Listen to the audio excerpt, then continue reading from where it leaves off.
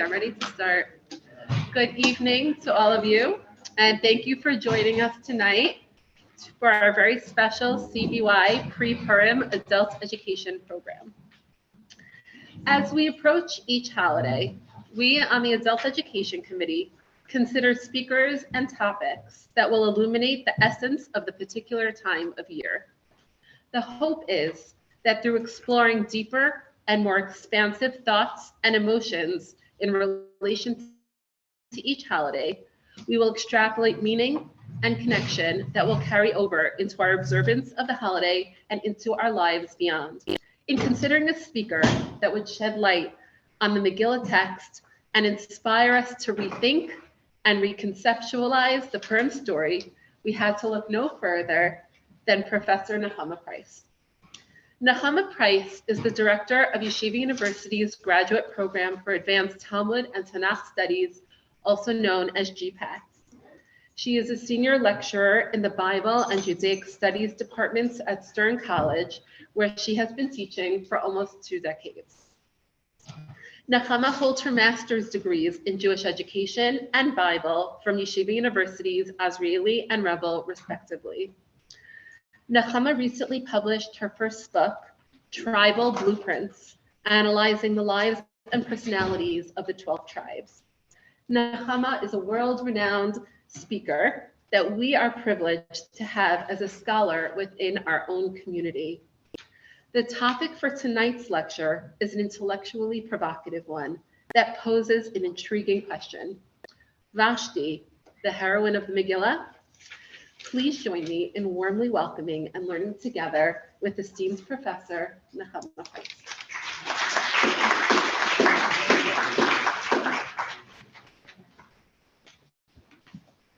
Okay, hi, can everybody see me? I'm a little short. So first of all, I want to say thank you for inviting me to speak here tonight. I really appreciate the Adult Education Committee, and Aviva, thank you so much for everything you did to arrange this. And I thank you all for coming out in the lovely weather that is tonight, and hopefully the snow will not come before we all have to go home. Let's hope for that, but I thank you all for coming in tonight. Thank you those on Zoom. Hi. And I apologize if I don't look your way, but thank you for joining us as well. When I was asked to talk about the Megillah, I think that most of the time people like to talk about Mordechai, Esther, those are the characters we normally talk about. But there is one character that intrigues me a lot, even though she's only in a very few psukim, which is, of course, Vashti. And the question that I have here is, who is Vashti? And is she, to some extent, a heroine of the Megillah? But I wanted to start by asking a different question, which is, what makes somebody a hero? What makes somebody a hero? And if you think about it from the perspective of a man that is a hero in the Torah. So normally they have some sort of victory in the military sense. Sometimes they're the spiritual leader. Maybe sometimes it's both, right? We automatically think of heroes like Moshe. So he has both military and spiritual, took us out of the tribe, gave us the Torah. Yoshua helps us fight Canaan, is also a prophet and helps us, of course, to create a brit with Hashem inside Eretz Yisrael. David HaMelech, right, fights the Plishtim, fights our enemies, but also preps us to be able to build the Beit HaMikdash. But when we're talking about a female, right, what makes a woman in Tanakh a heroine? And to some extent, you could say maybe it's the same thing. Maybe it's a military victory. But if you look through Tanakh, there's not so many of those. We have for sure someone like Yael and Sefer Shoftim, who kills the evil general Sisera by making him fall asleep on her couch and stabbing him in the head. It's a lovely story, but it's a different type of military victory. Or a nameless woman, who I happen to also like, but she doesn't have a name, so I can't say what it is, who throws a rock at Avimelech's head in Sefer Shoftim and ends up killing him because he's trying to murder everyone. So these are great military victories, but is that the way to be a heroine? It could be, but maybe it's bigger than that. Maybe it's a woman who's a leader. So if we look through Tanakh, we certainly can find Devorah, right? Hishoftat Yisrael be'etahi. She was one of the judges that we have. She's a Neviah, right? She's certainly during her time. We kill out Canaan during her time, right? That's a military victory. And maybe I could look just at the spiritual. We have people like Miriam, who led us in terms of Shiras Hayam, led the women in song, or Sarah, according to Chazal, who helped convert the women. But the question is, what does a role model, what does a heroine look like? And I think what we're trying to ask here is a heroine, by definition, someone who's active or someone who's more behind the scenes, more passive? Is it someone who's on the louder side, or is it someone who's more on the quieter side? And what's fascinating is when you read the Megillah, you're actually given both these models in the female form. You have Vashti, who's loud, who's defiant, and you have Esther, who's much more quiet, much more behind the scenes, much more passive, especially in the beginning of the Megillah. So you ask, who's the heroine of the Megillah? Who's the one I'm supposed to talk about? Who's the one that I'm supposed to celebrate? Is it the one that stands up to the king, who's asking her to, stand in front of all his friends and be a spectacle at his party? Or is it, the one who is more on the quieter side, who is taken, who ends up married to the king? Who is supposed to be the heroine? Now, what's interesting, if you start, and you all have a source sheet, I hope, and we will get through all these sources, I promise. If we start in source number 1, what you see is that the Megillah actually contrasts these two women. The Megillah contrasts them in a number of ways. Number 1, textually, in terms of the way they're both described, because they both are given a description of beauty.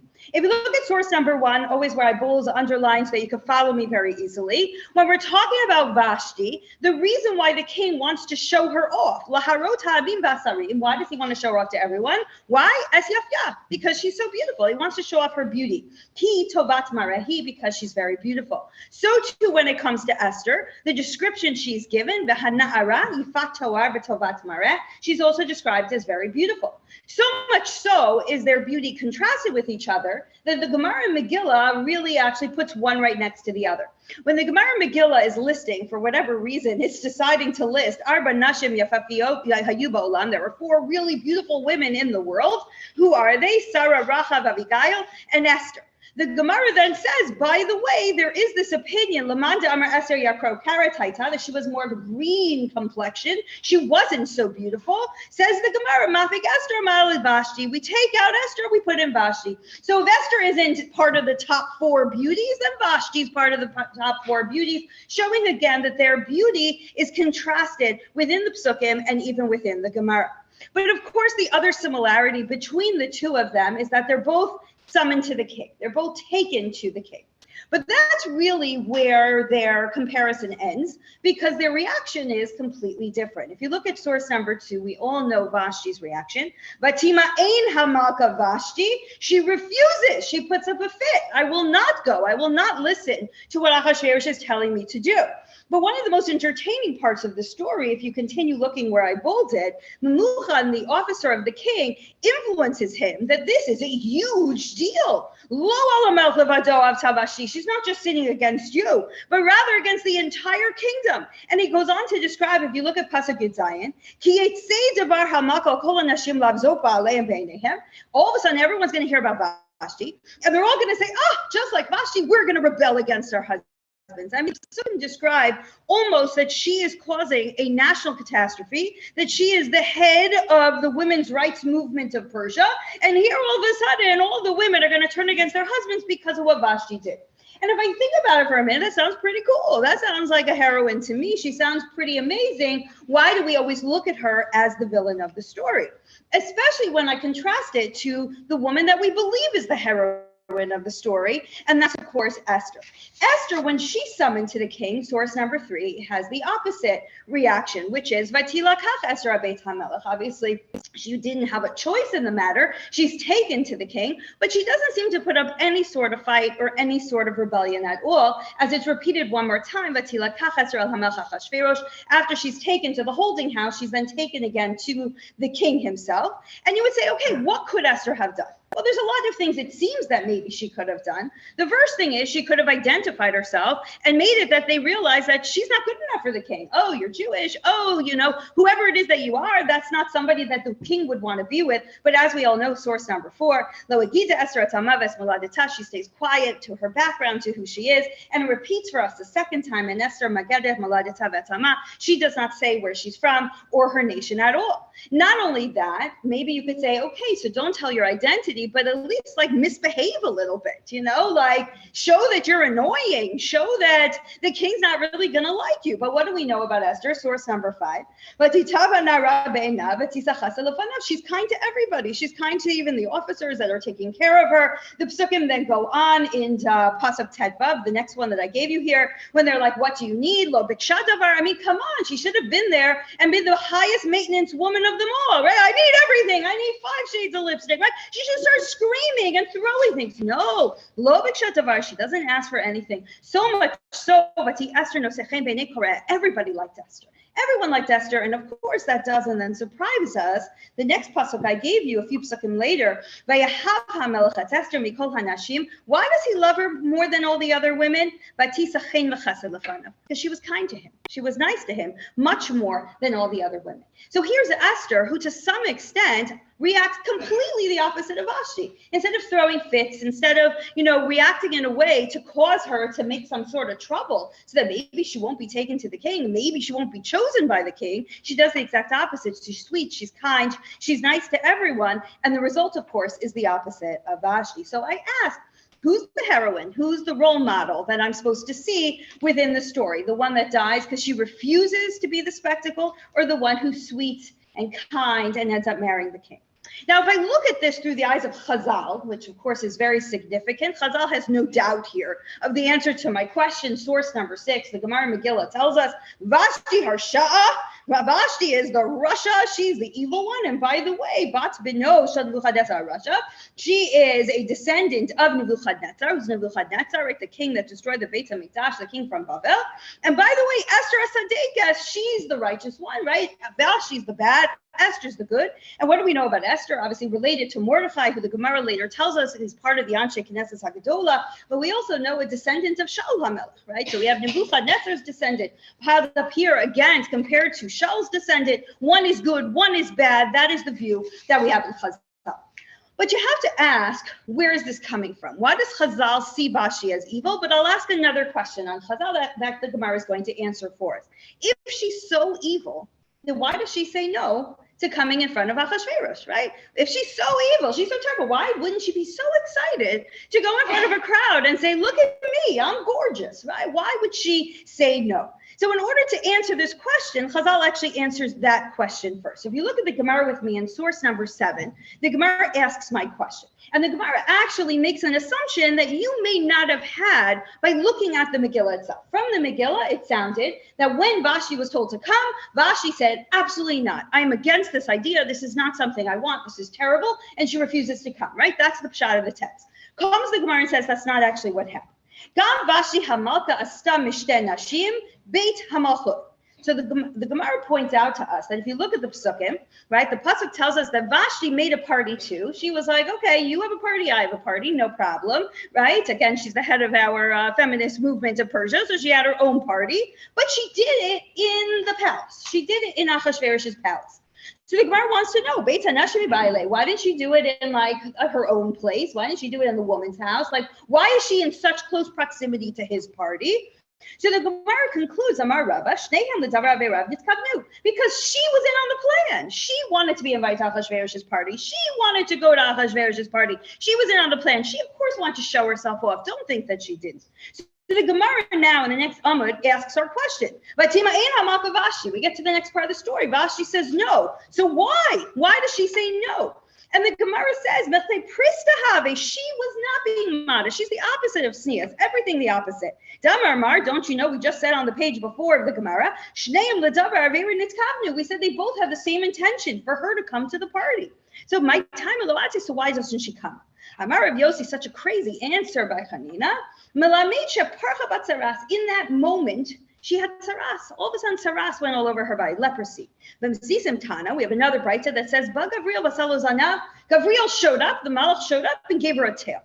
What is this coming to say? What is the Gemara trying to tell us? What the Gemara is simply trying to tell us, without looking at the details yet, is that she didn't come for superficial reasons. She didn't come for selfish reasons. All of a sudden, she was ugly. It wasn't that she didn't come because she felt it was wrong to show off her beauty in front of everyone. It wasn't that she wasn't coming because she felt that this was a statement to women that you don't have to act in such a way, right? She wasn't being a role model. But rather, in that moment, when she intended to come, the Gemara tells us it's because of something selfish. It's because she looked at her body and said, oh my gosh, something happened to my body. But then you have to ask, what's these ideas coming from? Saras, a tail. I mean, what's the Gemara trying to tell us? And the Gemara parallels it for us to the following story, which I gave you here in source number 8, to give us a little bit of a hint. Because we have a story in Divrei Hayamim, and also it's found in Malachim, of a king named King Uziyahu. And King Uziyahu gets Saras, as the story tells us, Melech Mitzorah. And when he gets Saras, he now has to be banished. He cannot go and rule the people, and his son has to take over. And he gets Saras, as the pasuk says, Ki Nigzar, because it was decreed, Mibeit Hashem, from Hashem, that he gets Saras.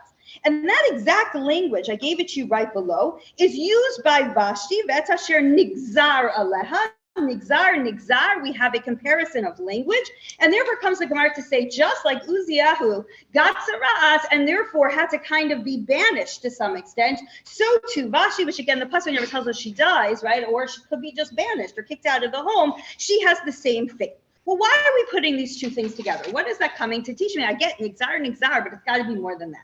So if you look at the story of Uziyahu was a king and he was doing fairly well. And he gets a little bit, I would say, haughty. He says, you know what? I want to go into the Beit HaMikdash and I want to give a Ketoret, which is something that you are not allowed to do unless you are the Kohen Gadol. Like, you are not allowed. He was not a Kohen. You are not allowed to give such a Korban. But he does it anyway. And because he does it anyway, he gets Saras. What is the point of the story of Saras?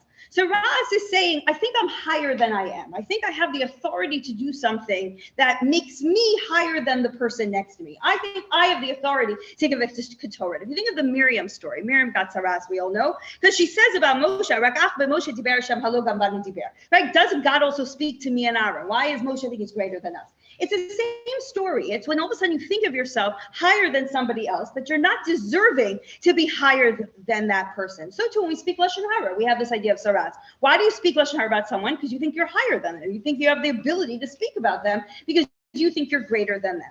And therefore, the idea that I think the Gemara is trying to capture for us about Vashti, she got Saras, it's something superficial, but it's because she thought she was like in a higher league than she was. She thought she had the authority to say no to her husband. She clearly didn't. And therefore, the way that the Gemara is explaining that to us is by saying she had Saras. She overstepped her bounds. Why the tail? The tail doesn't give an explanation in the Gemara, but I wonder that the tail is simply because what has a tail? An animal. And that's what the Gemara is trying to describe her as. Really, don't look at her as this wonderful person. She's like an animal, right? She's beneath all of us. She's somebody who's extremely negative.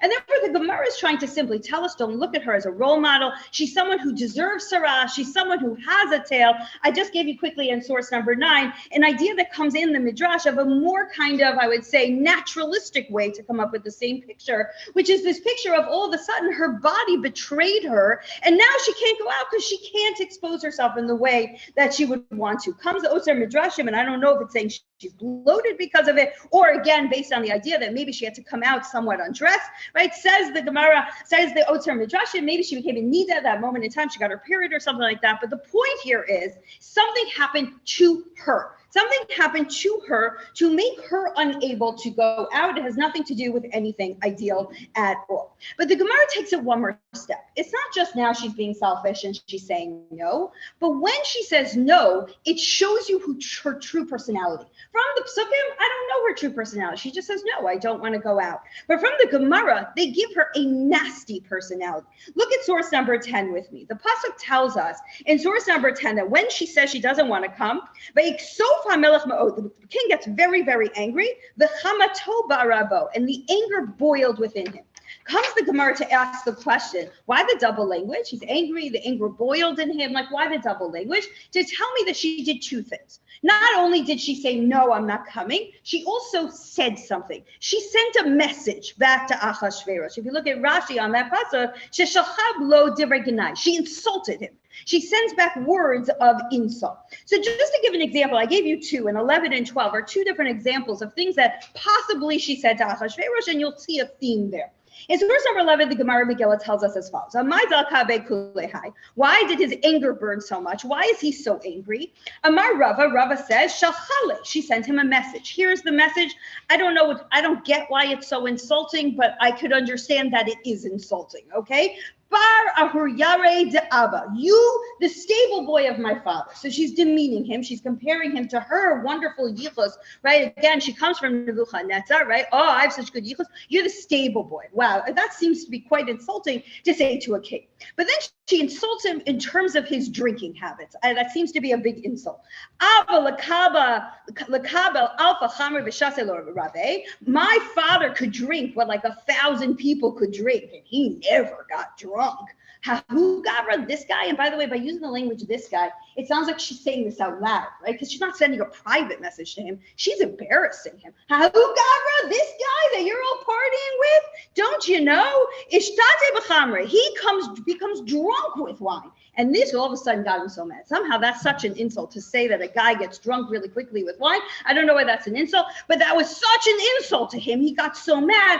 And again, a comparison to her father. And if you look at source number 20, I'm not going to 12 the whole thing inside, but it's the same idea. Esther Rabbah comes to tell us, look at the first line. She said things that she knew would get him. Like she knows him. She said things that she knew would insult him. The first thing that she said to him was, you're being stupid. That's basically what she said. What's the goal of bringing me out? If I come out and I'm so beautiful, then they're going to kill you and take me. If I come out and I'm not so beautiful, then this is all not going to go the way you want it to go. So your idea is pretty dumb. And then she goes and insults him over and over again. If you look where I bolded, Beit Abba, Beit Abba. She's constantly saying, you are not as good as my father. You are not as good as my family. You are beneath me. And that's the message that she's giving over to him, which gets him very angry, which creates within Chazal a persona of Vashti. She's nasty. She's insulting. Not only that, Chazal takes it one step further. Chazal really doesn't like Vashti. So Vashti, source number 13, which is not only is she nasty to Ahasuerus, she is nasty to the world, and she is really nasty to the Jewish people. If you look at source 13, based on the fact that the pasuk tells us that this all happened by Yom HaShvi'i, on the seventh day. Why is that significant? Who cares that it's Shabbos? Who really cares? Says the Gemara, said, teach me something. Which is the way we normally say it, mida keneged mida, right? The way that you act, God will punish you, mida keneged mida, measure for measure. What does that show us?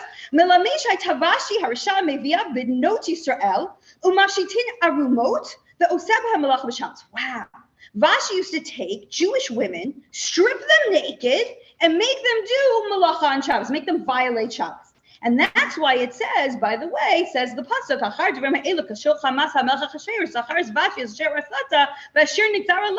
why was it nigzar? Why was it decreed? Because it was mida keneged mida. God decreed this because this is what she did. So all of a sudden, this picture that Chazal has created for us of Vashti is horrendous. It's disgusting. And it's a contrast to Esther, who's viewed as so beautiful. Not only that, I gave you a continuation of the Gemara Megillah that highlights Shabbos for us again, but highlights it in terms of Esther. Why does it tell us she has Sheva Na'arot, 7 servants? Amar Rava Shaitamon Nebehemimea Shabbos, so she could count the days of the week, so she would know how to keep Shabbos. She would know which day was Shabbos. So here we have Vashti making the Jewish women violate Shabbos, and we have Esther inside the palace, according to Chazal, keeping Shabbos. So all of a sudden you understand, when you're finished with this Gemara, why Chazal hates Vashti, why they call her the villain, why she for sure can't be the heroine of the Megillah, according to Chazal, because she's superficial, she's selfish, she's rude, she's obnoxious, and she's a disgusting human being to the Jewish people. That's all very nice. But you have to go back to the Pshat and say, well, where is this coming from? Where is Chazal getting this very strange view of Vashti? And when I look to the Pshat of the text, I actually see that there are 2 very different ways to look at Vashti and 2 different ways to play out my question of who's the heroine of the Megillah. The 2 ways that it plays out is to say we actually have 2 heroines, Vashti and Esther, and I want to play that out for you first. The second way is to say, no, we believe that Chazal's view of Vashti is correct. Esther is the good one, Vashti is the bad one. But I have to see where it's coming from within the Psukim. I can't just say it. I have to see where in the Psukim, where in the Megillah is that true. So let me start with the first perspective, which is Vashti and Esther are both good. Now, we certainly do know that you can have two excellent people, two people that are role models, and they have opposite personalities. That's allowed to be true. There's not one type of personality that is given to all heroes, right? You can have a loud hero and a quiet hero. You can have different personalities in a hero. And you can have two different people who react completely differently to the exact same situation, but both be doing the right thing to some extent. The story of Vashti and Esther reminds me in so many ways of the story of Aaron and Hur. Aaron and Hur, a little bit according to Chazal, but I think the way Chazal believes that Hur reacted makes so much sense in the Pshat. What am I talking about? I'm talking about the story of Chet HaEgel. In the story of Chet HaEgel, we have so many problems with Aaron. What is Aaron doing? Chag L'Hashem Machar, bring me your jewelry, build an Egel. What is happening with Aaron? And Chazal comes to give an explanation to Aaron, which I think makes a lot of sense. If you look at source 14, we have the following words of the pasuk. Vayar Aaron. Aaron saw something. And because he saw something, he builds a mizbeach and says, let's serve Hashem tomorrow. And the question is, what did he see? And Rashi tells us, based on this beautiful midrash, that he saw something that happened to Hur.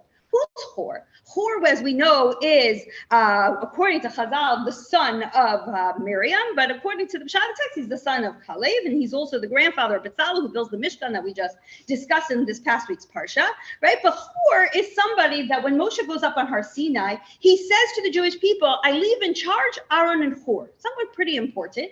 And then, of course, by Chet HaEgel, we have two leaders at that point in time, Aaron and Hur. And the other story, by the way, that Hur shows up in is a story when we fight against Amalek. When we fight against Amalek, we all know Moshe's up on the top by the rock and he's holding up his hands. Aaron's on one side, Hur's on the other. So Hur's a pretty important guy, right? He holds up Moshe's arm, he's in charge, right? But then all of a sudden Hur disappears and we never hear from him again. Comes along Chazal, and I believe very much so, because if we believe his father is Kalev who stands up to the Meraglim, Miriam is his mother, according to Chazal, who stands up to Bat Paro. In all of her stories, she's a strong character. They give him the same personality. They give him the personality of his parents and of his tribe, Yehuda, which is Hur was the one they came to first. This is not in the text of the Torah. They come to Hur and they say, Hur, we want to build an Egel. And what happens, says Rashi, Hur ben Achoto shahaya mochicham hargu. Hur says, absolutely not, and they kill Hur. So what happens to Aaron? Vayar Aaron. What does he see? Rashi just said he saw what happened. So here's Aaron, right? They come and they say, we want to build an Egel. And Aaron probably wants to say no way, but he can't say no way because the guy that just said no way is dead, right? Just like Vashti, who just said no way to the king, and she's dead, right? So all of a sudden, what did Aaron have to do? He had to come up with a different plan. And whether or not I want to rationalize what Aaron did and understand what Aaron did, but I understand why Aaron needed a plan B. And therefore, I can look at Vashti and Esther in a very similar way. Yes, they react very differently, but perhaps they react very differently because of what happens to the first one, right? Vashti says no, which might have been the righteous thing to do, the correct thing to do. But she ends up being killed or thrown out of the palace, whatever it is. And therefore, there's a terrible reaction to what happens to her vaitima ain, her refusal. And therefore, Esther has to react in a different way. But that doesn't make her any less of a heroine. I actually thought the actions of Vashti paralleled very nicely. If you're looking at source 14, I gave you a chart here, the actions of Yosef. And it's very interesting because we'll see by the end, Esther also parallels Yosef. But in this piece of the story, it actually is Vashti who parallels Yosef. And this is, of course, in the story of Eshet Potiphar. Eshet Potiphar comes to Yosef and wants him to do something that he thinks is against his morals, just like Ahasuerus possibly saying to Vashti, do something that's against her morals. We have a description, if you look at the first row that I gave you, they both have a description of beauty, as I had mentioned, right? When it comes to Vashti, Es Yafya Ki Tovat Mareh. Yosef is Yifat Toar V'Yafeh Mareh. Both of them are very good looking. So there is some sort of, person of power who's asking them to use their beauty in an inappropriate way. And look at the parallel language. Vatim ein hamata Vashti, and we have vayima ein. He refuses. It's the exact same word. That word doesn't come up that often in the Torah. He refuses as well. And what's the result? Not so great for Yosef. Just like the result of Vashti is not so great. He's thrown in jail for a period of time. As you see in the next row, the person in charge gets pretty mad, right? Vayiksof HaMelech, that's of course Achashverosh, Vayecharapo, that's Potiphar. And both of them are to some extent extent, exiled or banished for a period of time as Yosef is thrown into jail. And therefore, you could look at her story as a similar story to Yosef. And I don't think we critique Yosef for what he does here when he refused. We don't think he should have said yes, they should. Potiphar, we look at it as standing up for his morals. And if you look at source 15, there are Mefarshim that look at Vashti in this exact same way. The Rikra, very famous Rishon on the text of the Torah in general and on the Megillah, says, and quote, when he's talking about her, the pasuk from Tehillim, Kol Kvoda Bat Melech Penima. And that's the pasuk we always quote when it comes to Sneas, right? The inner part of a princess is her honor, right? And that's what he's quoting when he's talking about the story of Vashti. Or if you look at the Ralbag, who says at the very end, Achashverosh maybe even realizes at the end, Ki astazeh lit Sneas. She did this out of Sneas. That's why Vashti said no to Achashverosh. And therefore, it is very possible that we can look at the fact that we have a Megillah that has two heroines. We have a heroine by the name of Esther because of what she does towards the end of the Megillah. And maybe we have a heroine as well in Vashti for standing up to her morals and saying, no, this is not Sneas. This is not something that I'm going to do. She's punished for it, but maybe she's a heroine as well. But I want to look to the pshat of the text to try to understand where Chazal is coming from. Why does Chazal not like Vashti? And you look through the psukim, and it's very hard to find something negative about Vashti because there's so few psukim about Vashti. So the only thing I can do is say, well, let me take the psukim that I have about Vashti, but let me use the psukim that I do have, which is about Esther. You see, when you take a look at Tanakh in general, and I'm very into this in general when learning throughout all of Tanakh, there's always contrast characters. That's always how the Torah kind of plays out personalities. We have one person that we put up against another person. Just think about it. Yaakov as opposed to Esav, or Yishmael versus Yitzchak. We have contrast characters all the time. I gave you an example here in source 16 because I was looking at two women to be like our example here of two women. And I came up with the story of Devorah. The story of Devorah, who I mentioned before, she was a judge. She's this really impressive woman. And she ends up fighting against Sisera and Yavin Melech Canaan and having this huge victory. Now, at the end of her story in Shoftim Perek Hey, which I gave you a piece here of, she sings a shirah. She sings a song, Thank You, Hashem. And what you would expect at the end of the shirah is, thank you for letting me kill my enemy by the name of Sisera the general, or maybe Yavin Melech Canaan, I don't know, one of those. And if you look, the end of her shirah is, oh my goodness, it's amazing. I was able to have a victory over Aim Sisera, the mother of Sisera. And if you look at source 16, where I gave you here, she calls herself within the shirah Aim B'Yisrael. I'm the mother of the Jewish people, and my victory is over Aim Sisera, the mother of the general that was attacking me. And she tells a whole story about the mother of Sisera looking out the window and saying, when's my son coming home? And that's how she ends the shirah. The mom's like, he probably won, and he's dividing up the booty. Oh, he's probably raping some of the women. Really great morals in this woman, right? And she's like being sad, looking out the window, coming to the realization that her son is dead. And that's the end of the shirah of Devorah. That's because that's the contrast, Devorah to the mother of Sisera. We have this all the time, the good mother versus the bad mother. So here I wonder if we have these two females within our story to be contrast characters, so I can learn about Vashti by contrasting her with what I know about Esther. So what I want to do is give you three major differences that I see in the story of Esther versus the little story that I have of Vashti. The first thing that I realized, I titled Personal versus National. I'll explain to you what I mean. I began the story of Esther, and I was quite negative on that Esther because I think the beginning half of the Megillah is not the most positive about Esther. But that's because in the first half, she is very passive. She is very, I would say, not doing very much, speaking very much, really not having an effect so much at all. And that's all within the realm of the storyline of saving herself. But when we switch to saving Am Yisrael is in trouble. Am Yisrael needs someone to stand up for them. That's all of a sudden where Esther becomes active. And that's the second half of the Megillah, where she seems to almost have a total turn in personality because she becomes extremely active. And then I was wondering, if I look at these two stories, they seem to be the exact opposite. When it's just about yourself, Vashti will stand up and do whatever it is that she needs because everything in her mind is only about herself. She didn't think about the effect it would have on the kingdom, the effect it would have on her women, it had the effect that it would have on anybody else around her. All she thought about was herself, as opposed to Esther, who's always thinking about everybody so much bigger. And all of a sudden, it made me wonder that there's a fantastic parallel of two different women that I could actually contrast to our two women here. And that is, of course, one Michal and one is Bathsheba, two different wives of David HaMelech. And let me explain to you why I see the comparisons fitting so nicely. If you think about Michal is the daughter of Shaul. So again, the story of Esther and Mordechai being a descendant of Shaul is always, something on your mind, the story of Shaul, when you're learning their story. And he has a daughter by the name of Michal. The beginning story of Michal, we don't have to get into how she marries David. Fine, there's an interesting story about that. She saves David. She actually is a good character in the first half. However, we then have a story about Michal that seems to be a lot more negative and reminds me of this picture that Chazal has given to Vashti. And that again has this parallel of Michal coming from Shaul HaMelech and Vashti coming from a king herself, both of them having Yichul's connection to a king. And the story is here in source 17. This is the story when David HaMelech is finally bringing the Aron into Ir David. He's already attempted it and it didn't work and people died. This is attempt number 2 and it's working. And he's so excited and he is dancing and he's having a celebration and maybe a little bit of his body gets a little bit exposed while he's dancing, no big deal. But his wife is looking at the window and she sees it. And if you look at the language, she's disgusted by him in her heart.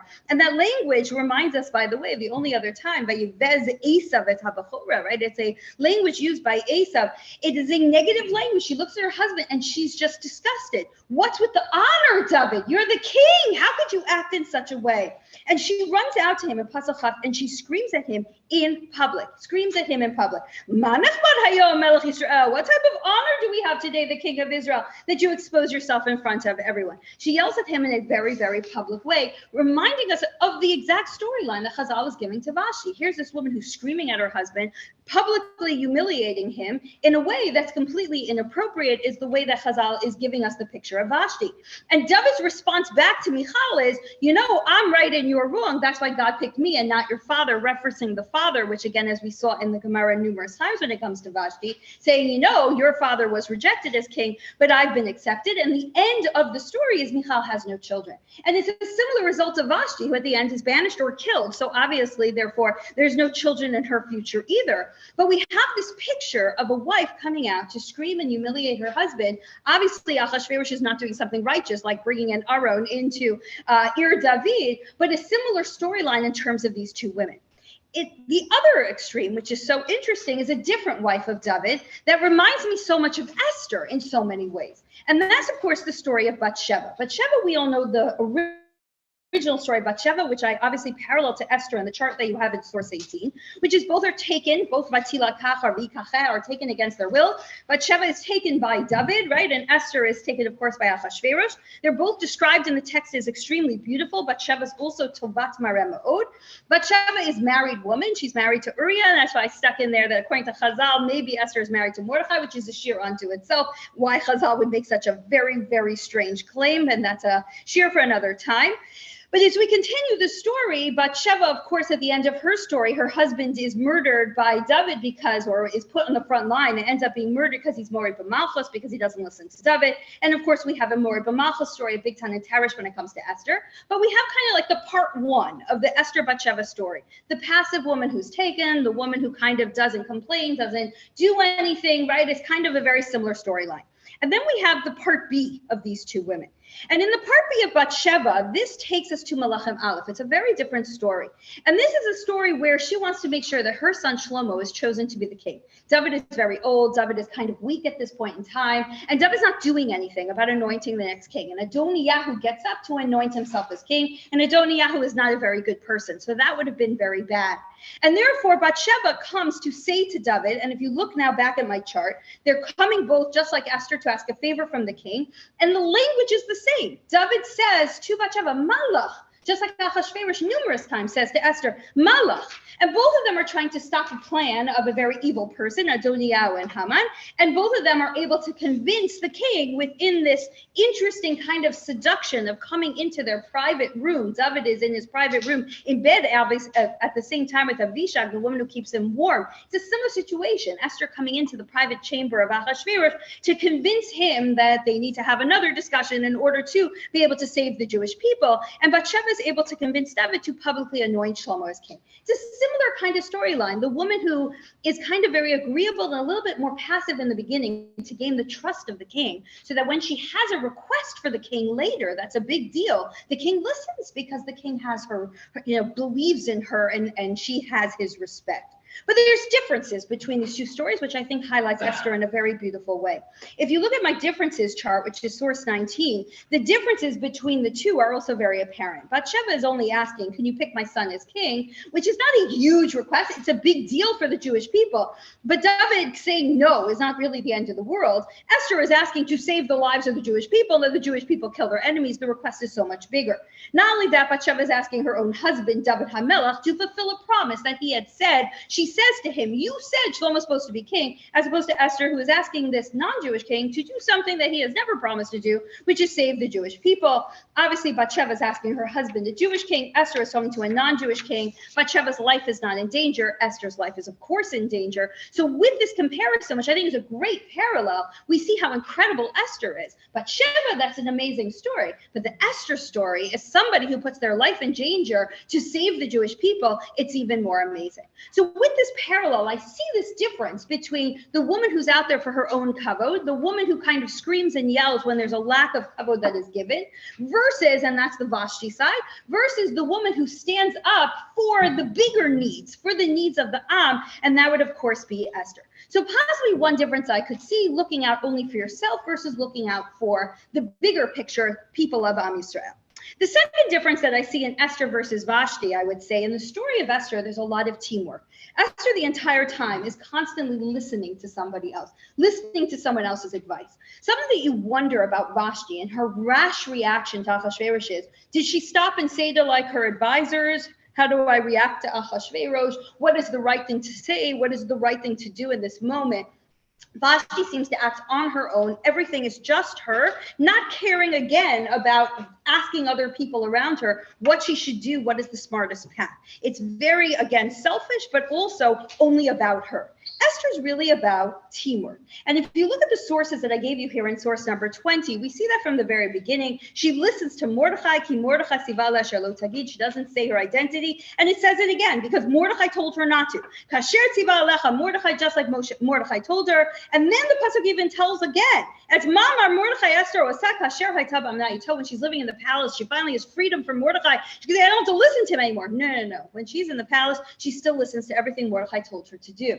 Not only that, source 21, when she tells over to the king about Bigtan and Teresh, she could have taken the credit. She could have gotten the glory, but the pasuk tells us she says it b'shem Mordechai. She's a teammate. She works together. She's a partner. She does not take the glory. And not only that, source 22, it's when Mordechai says to her, Mi Yodea in la'et kazot yigat l'machos. Who knows if this is the moment in time that you are this is the reason why you're queen. That's when she goes and she acts. So you see that there's a partnership going on between her and Mordechai. She listens. She's not just about herself. But then I realized that there's a really fascinating fact in all the stories that I'm bringing up, because every time that we try to outsmart a really powerful king, it's always done with the partnership of a man and a woman in a very specific way. If I go back to the story that I just told you, the story of Bathsheba with David, when she's trying to convince David that Shlomo should be king, I missed a piece of the story on purpose, but I missed a piece of the story, which is that Natan, who was the Navi at the time, comes to Bathsheba and tells her to go to David and save it. And they come up with this plan together because Natan wanted Shlomo to be king, but Natan knew, and this is so fascinating, that if he, the prophet, went to David and say, by the way, you should anoint Shlomo as king, David may not have listened to him. So he had to send in Bathsheba first, and then he showed up and said the same thing. It's one of those things I always tell my students, I think it's hilarious in the dating world, how we get a guy to say yes to a girl. Do you know how? You send more than one person at him, and then it's like this, oh my gosh, two people told me about the same girl. It must be right. When of course it's all orchestrated, don't tell them, but the same person, right? It's the same thing. Natan says to Bathsheba, you go tell him. And while you're telling him, I'll show up and tell him. And David will be like, whoa, my wife who I love and the prophet are saying the same thing at the same time. And then he'll totally listen. And that's exactly what happens.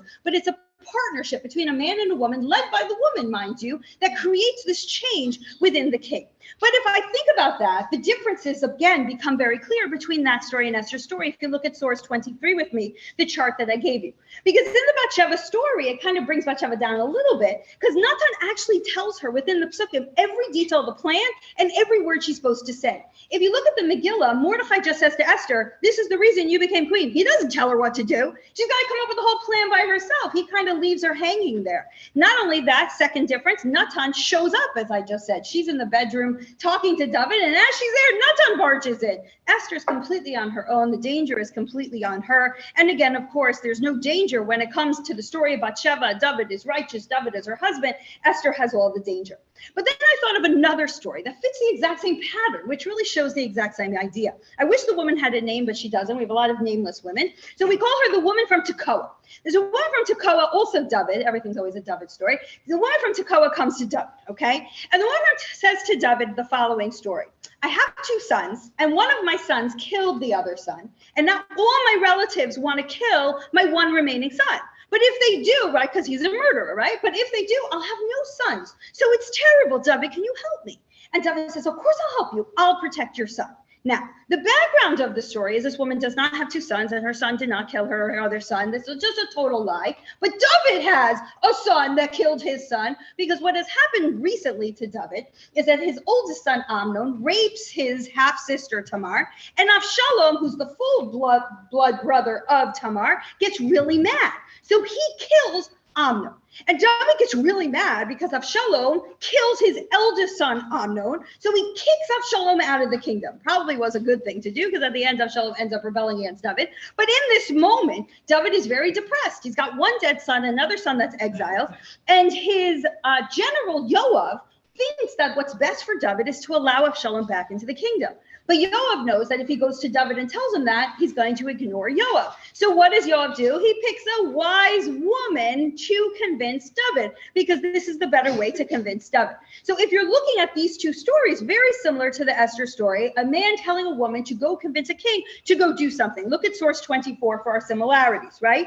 So a woman who comes to make a desperate plea to the king, just like Esther, stopping a murder here, or stopping, I would say, potentially of anything bad happening to Avshalom, just like Esther, again, stopping a potential murder of Mordechai and the Jews, given instructions by Yoav, Esther given instructions by Mordechai. And again, the parallel is right in the text, because David says to this woman, Malach, when she shows up, just like Achashverosh says to Esther. But again, if I compare them, you got to contrast them, because Esther looks so much better every time you contrast her in these stories. Because once again, the woman from Tekoa, if you're looking now at source 25, is asking something about an individual. Can we let Avshalom back in the kingdom? Esther, it's about a whole nation.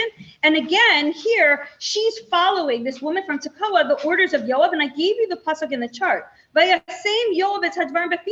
told her word for word what to say. But we know Mordechai does not do that for Esther. There's no risk to this woman's life, and Esther, of course, is risking her life. So if I put these stories together, what I see is that there's a pattern. There's a pattern when you want to convince somebody of something, especially a very, powerful king. There's a partnership that seems to be needed between a man and a woman to get together to get the job done. The woman seems to take center stage, right? But the man seems to be very helpful. In Esther's case, she has the Mordechai and Esther partnership.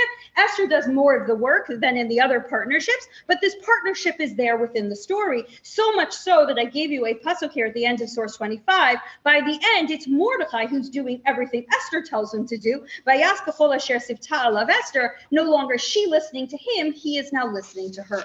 So what we see here is that Esther really seems to stand for everything not about herself.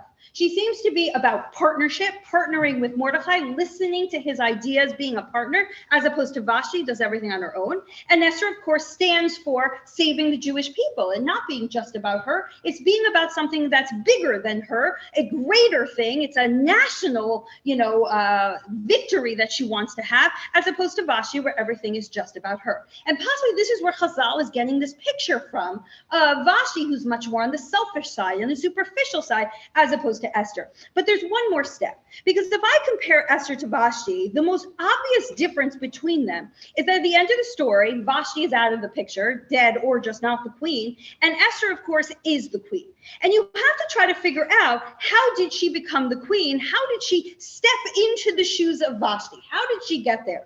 And if I look at the storyline, and especially the picture of that Chazal has given to Vashti, Chazal gave Vashti the picture of being rude, obnoxious, and disgusting to the king. What is the picture in the text of Esther? It's the exact opposite. She is the most respectful, the most kind, not only to everyone around her, but very specifically to the king. And Chazal is making the contrast. Whatever Esther is, Vashti has to be the opposite, creating this rude persona for Vashti. What do I mean by she's so nice to the king? Think about it. When she's going to speak to the king, right? She doesn't barge into the room and start yelling at him the way Vashti seemed to have done. But rather, as we know from the Psukim, she dresses up in beautiful clothing out of respect for him. She waits in the courtyard to be recognized by him, for him to put out his scepter. Then when she is allowed into the room, she stays quiet until he says, Malach Esther, what is it that you want?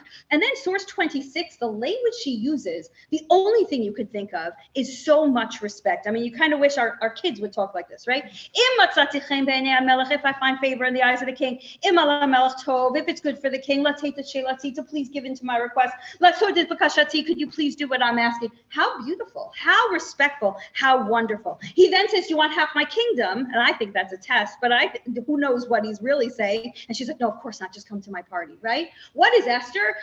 According to Chazal, everything that is the opposite of Vashti. Vashti wants it all. Vashti wants respect. Vashti wants to be greater than Achashverosh. And Esther's like, I don't even want half your kingdom. I don't want to be equal to you.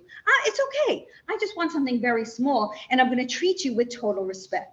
Now, based on what we're saying, it is possible that Esther saw what happened to Vashti, like our Hor Aaron story, and said, okay, well, she was not nice to him, so I'm going to be the most respectful, the most kind that I could be. Or I could say that's actually her personality. That's who she is. Source 27, I gave it to you again before, possibly. She even encountered Achashverosh. She doesn't ask for anything. She's kind to everyone who sees her. That seems to be the personality that we see in Esther. And it is very possible, therefore, to claim that this is who she was. And Achashverosh rejected one type of personality and chose a wife of the opposite personality. Now, one of the other things that you realize, as I gave you here in source 27, is this language of everybody liking her. This is the language that I gave you here of Yosef as well. The language of chen, the language of everyone seems to like him. This is the language of Yosef. And I know before I compared Yosef to Vashti, but Yosef and Esther are so incredibly similar. If you look at source 28, it's such a fascinating parallel. If you just read through it very quickly with me, both of them are alone in a palace, away from their family for a long period of time. Both of them, to some extent, lose their parents, right? Yosef's mother dies and he's taken away from his father. Esther, we're told in the very beginning, she doesn't have parents. They are both described as good looking with the exact same language, other than one is in Zachar, in male terminology, and one is in Nekeva. She's Na'ara Yifat Toar V'Tovat Mareh. And he's Yosef, Yifet Toar, Yifet Mareh. There are only three people with that language in all of Tanakh. It's Esther, Yosef, and Rachel, Yosef's mother. They both have the same description of charming personalities, which I gave you here side by side. They're both secretive about their past. Don't tell anyone in the palace where they are from or anything about them. They're both taken by force to the palace to begin with, or in Yosef's case, to Potiphar's house, and then later to the king. They're both jailed before they meet the king. She's jailed with all the women. I would think that for someone who doesn't like makeup so much, it probably really did seem like jail to be there for so many months, being told to put on perfume and all that other stuff, but she certainly was not allowed to leave. I found interesting in both stories, there was an important piece of information that's forgotten and then remembered at a very key point in the story. Sarah Mashkim forgets Yosef and then remembers later when Paro has a bad dream, and therefore Yosef is brought out. And of course, in our story, Mordechai doing something good for the king, Bigtan and Teresh, is forgotten until the king can't sleep, and then he opens his book and he remembers about Mordechai, which of course has the story turn in a very different direction. Both of them stand up to the king to convince them of something, Yosef to convince him about his interpretation of his dream, and later, of course, to help his family, as we'll discuss. And Esther stands up to the king to help her in terms of having these parties, and later, of course, to stop Haman. Both become second to king or extreme powerful. She becomes the queen, and they use that power to save the Jewish people. Now, here's what I find so interesting, so parallel, incredibly parallel, but something that I never understood They seem parallel, but then I read their stories and they're opposites of each other. She's so quiet. She's so passive. She's like, I'm not important. I'm not standing up for myself. And Yosef's like, I'm going to rule over you. Here are my dreams. You know, like he's such a show off compared to her. It seems like they are so different from each other. How do they have the same storyline? And that's when I take a step back and I realize something about both their stories. They both seem to have something innate in them, the chen, the charm, the thing that people are attracted to, maybe not Yosef's brothers, but everybody else is attracted to about Yosef, is attracted to about Esther. But on the other hand, they're both opposite extremes. She's too passive, too quiet. He's a little bit too arrogant, too outgoing. And in both of their stories, they both transform. Esther becomes more like Yosef, and Yosef becomes more like Esther. If you think about the Esther story, she's so quiet, but by the end, she still does it in her way, but she has to learn, and I hate to say this way, but it reminds me of Yosef, to dream a little bigger, to dream that you're in the palace, you could do something big. That's what Mordechai's telling her, but she still does it in her way. Come to my party, come to my next party. Could I please, begging the king and bowing to the king and crying to the king, not doing it in some big way that doesn't fit her, but she has to learn to come out of her shell. She has to learn to dream bigger. And that's the story of Esther. She becomes a little bit more like Yosef. And when it comes to Yosef, he has to learn a little bit more how to be respectful of others. One of the reasons why Yosef gets into trouble is because his brothers are like, why are you telling us that you're going to rule over us? And in Potiphar's house, maybe he acts a little bit too arrogant that the wife is attracted by him a little bit. And therefore, he has to learn over time to respect authority. He has to learn to respect Potiphar, to respect Paro. And you see it. You see it, source 29, in jail by Sharetoto. He becomes kind of able to be second to the person in charge of jail. He's able to, if you look at source 29, when it comes to Paro, to stand behind Paro. When he collects all the money from Mitzrayim, but to hear it's lip Paro. He does everything for Paro. He doesn't step in Paro's path in order to gain the trust of Paro. He becomes a little bit more like Esther. And in order, when that happens, when that transformation takes place for Yosef, who becomes more like Esther, he gets the same result of Esther. Esther gets Achashverosh to listen to her, changes the entire storyline, but not Bochu. The Jews who are about to be killed are now able to survive and able to kill their enemies. In the Yosef story, we're dying. There's a famine. We have nothing. And all of a sudden, he turns it around for us. Source number 30, because of the respect he gives to Paro. Paro listens to him, or he manipulates Paro to allow us to live in Meitav Haaretz, in Goshen, in the good land. We're able to be fed without having to pay any money, like the Egyptians who become impoverished. And we are Vayifru Vayirbu Ba'od. We're able to multiply.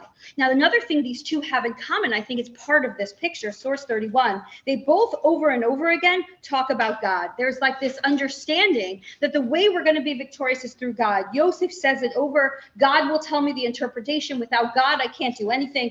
And Esther, of course, who tells Mordechai to fast for her because she knows that only if God will help her will she prevail. And I find it interesting. These are two stories of Hester Panim. God's not in the Megillah. We don't see God mentioned in the story of Yosef, only by him. No one's talking to God. There's no Nevuah when it comes to Yosef. There's a Hester Panim going on. We're in Mitzrayim. We're in trouble. We're becoming, people that are starving in a famine. God seems to be missing in both those stories. And Yosef and Esther stick God back into the picture.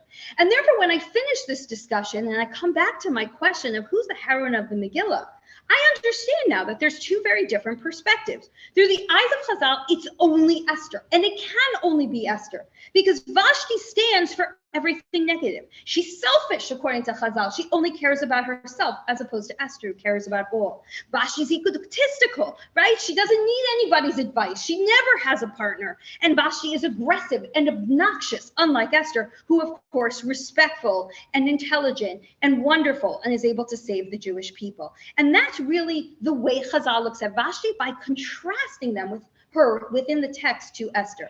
But then I always have to ask the question, if that's the picture, why does the Megillah present the story this way? Why not have Esther be the assumed hero from the beginning? Why don't we have Esther in the beginning doing stuff that we're like, wow, Esther's amazing? Like, why do I even have that moment where I'm like, wow, Vashti kind of looks better than Esther. Why do I have that? And I wonder if within this view of Chazal, and then we'll go to the second view, and then we'll close. I do see the time. I think within this view of Chazal, there's such a powerful lesson for us, because what's the picture Chazal has created for us? There's this powerful queen who has everything in the world. She's got yichus. She comes from Nebuchadnezzar. She's gorgeous. She's got endless money. She's got endless power. And what does she accomplish in her life? Nothing. Nothing. And then we have an orphan who's quiet, who you would never choose out of a crowd to be a heroine or to accomplish anything. And what does she accomplish? She saves the Jewish people. The picture that Chazal is creating through the Megillah is such a powerful one for all of us, because sometimes we have this view. A hero has to look like this. And in order for me to be a hero, I have to have connections. I have to have power. I have to have money. That's not what the Megillah is telling us. The Megillah is telling us that you can have all the power, the money in the world. Somebody's alarm. Okay. But you can accomplish nothing, and you can have nothing. You can have no power at all, and you can accomplish everything. And I think that's the picture that Chazal is giving us through this picture of Esther and Vashti. But I want to go one other way. And the way that I want to go is to ask, what is the picture? Are we okay? What's wrong? It's not this. He says Heroine. Yeah. Okay, I'm going to keep going. What is the picture if they're both heroes? And I think this picture of them both being heroes is also a very powerful one. You see, I gave you in source 32 a piece from of the Megillah Esther Misorat Harav, which is a really beautiful thing to read if you have time, of the Rav's teaching on the Megillah. And he is a very powerful way to look at Vashti, I would say in a much more positive way. I'm just going to read a few lines. She refused because the king issued an order and delivered it via his underlings. Vashti was a princess, and the king had offended her dignity. But he also forgot that every human, not only a princess, has dignity. According to the Rav, you could learn from Vashti about respect and about human dignity. And that is another message that comes through the Megillah.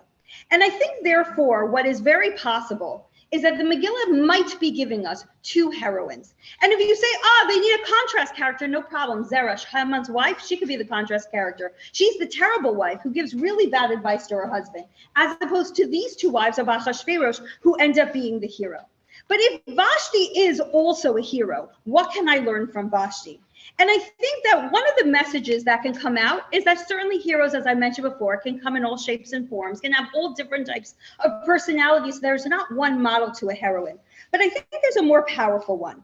Because here's a story of someone who does something that's righteous, and it blows up in her face. She stands up to the king, and she says, and she seems to do something amazing. And what's the result? She's killed, or she's thrown out of the palace, and her life is over. That's a terrible ending for her.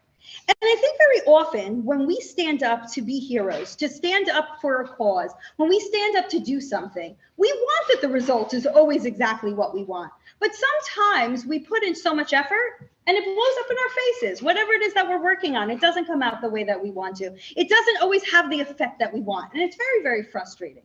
But when I look to the Vashti story, maybe there's a really nice message there. Because without Vashti, there wouldn't have been an Esther. Why did Achashverosh pick Esther? Because she was the opposite of Vashti in personality. And only because what Vashti did by standing up to the king, yes, for her, the result wasn't good. For her, she ended up being banished or killed. But the result in the big picture was amazing because she set the scene for Achashverosh to now pick a wife like Esther, and Esther who ends up saving the Jewish people. And I think the message of sometimes when it comes to being a hero, when it comes to being a role model, when it comes to standing up for something, sometimes you don't get to see the end result of what you've accomplished. Sometimes it takes years, sometimes it takes another generation until the fruits of your efforts come out into the public that we can all see and something amazing comes out. And I think possibly from Vashti, I could see that, yes, she didn't get to see the amazing results of what she did. But because of her, we got to Esther. Because of her, we got to the victory of the Jewish people at the end of the story of the Megillah. And therefore, I encourage all of you, as you sit at your Purim Suda next week, if we can all believe that Purim is already next week, and discuss with our children the values that we could learn, of course, from Esther, from Mordechai, but are there values that we could learn from characters like a Vashti? Do we always have to look at Vashti the way our children bring home their projects with Tails and Saras, poor lady who gets all of them, right? In the projects they bring home. Do we have to look at Vashti that way? Or could we look at Vashti and teach our children about standing up for themselves, respecting themselves, and the ability to say no when they feel uncomfortable with something that's being asked of them? It's a tremendous value to be able to teach our children by looking at Vashti in a very different way as possibly one of the heroines of the Megillah. I thank you all so, so much, and I hope you all get home safely tonight. Thank you. Great, thanks.